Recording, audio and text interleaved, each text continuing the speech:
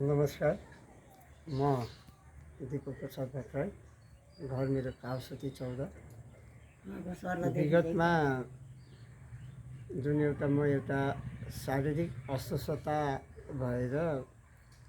यही हाम्रो भरतपुरका अस्पतालहरूमा मैले आफ्नो स्वास्थ्य परीक्षण गराएँ। परीक्षण गराउने क्रममा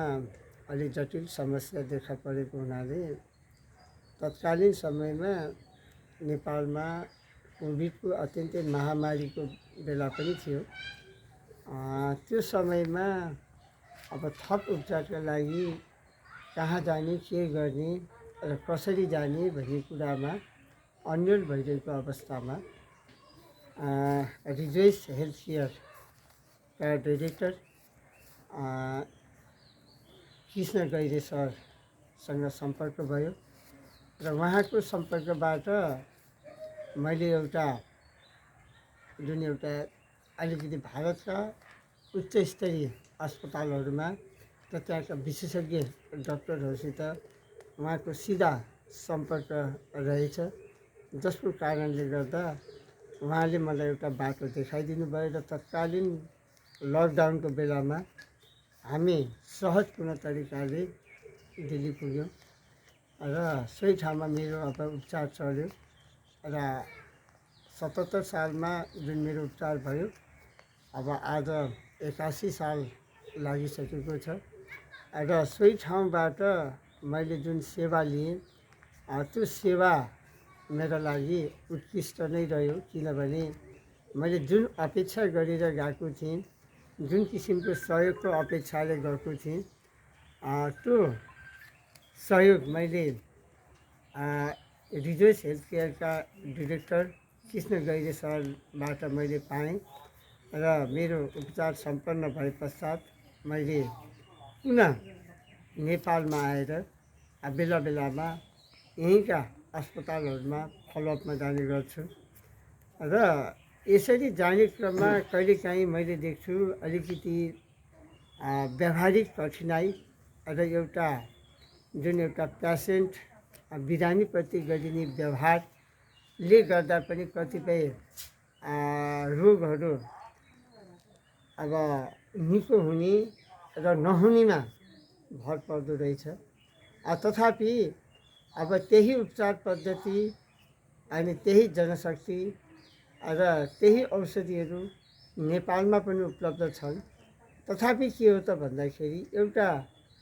जुन एउटा विश्वसनीयता र जुन एउटा उपचारको लागि जुन गर्नुपर्ने जुन एउटा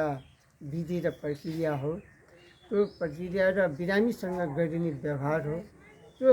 व्यवहारमा केही परिवर्तन गर्न सके इन्डियाकै हाराहारीको उत्कृष्ट सेवा हामी भरतपुर लगायत नेपालकै अब काठमाडौँ लगायतका अस्पतालहरूबाट पनि प्राप्त गर्न सक्छौँ। अब मलाई आशा छ मैले बिरामी हुने बित्तिकै तपाईँहरू दिल्ली कुदिहाल्नुहोस् भन्ने चाहिँ होइन। सर्वप्रथम त नेपालकै अस्पतालहरूमा र यहाँका विशेषज्ञ डाक्टरहरूलाई तपाईँहरूले एउटा कन्सल्ट्यान्टको रूपमा उहाँसँग परामर्श लिएर के छ अवस्था, यो कुरामा मलाई लाग्छ विशेषज्ञ डाक्टरहरूले पनि तपाईँलाई एउटा हौसला प्रदान गर्नुहुनेछ र यदि त्यस्तै जटिल अवस्था भयो अथवा कुनै अब उपचार सम्भव नहुने अवस्था भएको भए पक्कै पनि उहाँहरूले अब रिफर गर्नुहुन्छ। तर मलाई के लाग्छ भने अब हुन त म तत्कालीन समयमा के गर्नु कसो गर्नु सो अवस्थामा म उहाँकै सहयोगमा म सिधै दिल्ली त गएँ। तर जुन किसिमको धनराशि खर्च र त्यहाँको जुन एउटा बसाइको अवस्था देखि लिएर हरेक कुरामा समस्या आउँछ र त्यो समस्यालाई विशेष गरेर रिजोइस संस्थाले मलाई चाहिँ एउटा सहयोग पुर्याउनु भयो र आज जुन एक किसिमको हेल्दी एउटा स्वस्थपूर्ण जीवनयापन गर्न र मैले आफ्नो कार्यक्षेत्रमा आफूलाई काम दैनिक रूपमा सम्पादन गर्न सकिरहेको अवस्था छ र आशा छ त्यही कुरा यदि हामी हरेक समस्या देखिने बित्तिकै कुदिहाल्ने जुन एउटा समस्या छ त्यो समस्यालाई निराकरण गर्न र नेपालबाट हुन सक्ने जुन एउटा स्वास्थ्यप्रति जुन एउटा समस्याबाट सिर्जित समस्याबाट हुन सक्ने ठुलो धनराशिलाई रोक्नको लागि यही हाम्रै नेपाल अथवा भरतपुरमा यदि यस संस्थाले एउटा त्यहाँका विशेषज्ञ डाक्टर र यहाँका विशेषज्ञ डाक्टरहरूलाई एउटा कोअर्डिनेसन गर्ने वातावरण मिलायो र एउटा टेलिमेडिसिन र एउटा विशेषज्ञ सेवाको जुन एउटा परामर्शको रूपमा यदि यहाँहरूले सहयोग गर्नुभयो भने पक्कै पनि हजारौँ नेपालीहरूको जुन एउटा आशा र भरोसा र एउटा विश्वास यहीँको उपचार सेवामा हुन्छ र कतिपय त्यस्ता जटिल समस्याहरू त्यहाँका विशेषज्ञबाट परामर्श गर्दा त्यही सेवा त्यही उपचार पद्धति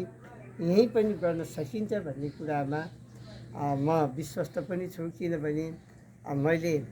अब विगतमा जुन किसिमबाट म अलातिएर इन्डिया गएँ तर अहिले आएर मैले यहीँका विशेषज्ञहरूसँग परामर्श लिँदै र उहाँका कन्सल्टेन्टसँग पनि एउटा परामर्श लिँदै आफ्नो स्वास्थ्य लाभ गरिरहेको छु। मलाई आशा छ यस किसिमको जुन एउटा सहयोग र जुन परामर्श सेवाले पक्कै पनि जुन एउटा बिरामी भएर चिन्तित हुनुभएका बिरामीका अभिभावकहरू अथवा उहाँका नातागोताहरू र स्वयं बिरामीलाई पनि थप हौसला र एउटा भविष्यमा त्यस्तो जटिल अवस्था आए त्यसलाई निराकरण गर्नको लागि एउटा सहज तरिकाबाट उपचार सेवामा जानको लागि यो संस्थाले सहयोग गर्छ भन्ने कुरामा म अपेक्षा राख्दै यहाँहरूलाई म के पूर्ण विश्वास दिलाउन चाहन्छु भने तत्कालीन समयमा मलाई रिजर्च संस्थाका डिरेक्टर कृष्ण गैरेज्यूले जुन किसिमको एउटा सहयोग पुर्याउनु भयो त्यसपछि म उहाँलाई हृदयदेखि नै धन्यवाद दिन चाहन्छु र साथसाथै सम्पूर्ण आम नेपाली समुदाय जो चाहिँ अब स्वास्थ्य समस्यासँग पीडित हुनुहुन्छ सकेसम्म यहीँबाट दिल्लीको उपचार प्राप्त गर्ने तर्फ पनि यहाँहरूले ध्यान दिनुहोला।